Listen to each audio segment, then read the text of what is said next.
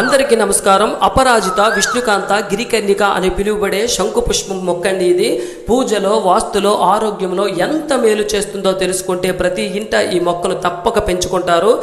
అపరాజిత పుష్పాలు శివుడు, శనిదేవుడు, మహావిష్ణువుకు ప్రీతిపాత్రమైనవి. లక్ష్మీదేవికి స్వాగతం పలుకుతున్నట్లుగా ఉంటాయండి ఈ పువ్వులు. మీరు చూస్తున్న ఈ అందమైన నీలిరంగు పువ్వులు శివుడు ప్రపంచాన్ని రక్షించడానికి విషం తాగినప్పుడు అతని గొంతు రంగును పోలి ఉంటాయి. అందుచేత ఈ పువ్వు భగవంతునితో ముడిపడి ఉంటుంది అని అంటూ ఉంటారు. ఈ పవిత్ర మొక్క మీ ఇంటిని ప్రతికూల శక్తుల నుండి రక్షిస్తుంది.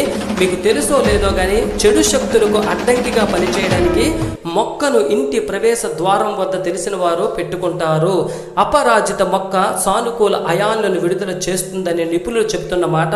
ఇంటిలో మొత్తం గాలి నాణ్యతను మెరుగుపరచడంలో సహాయపడుతుంది శంకుపూల మొక్క. అందరికీ నమస్కారం. అపరాజిత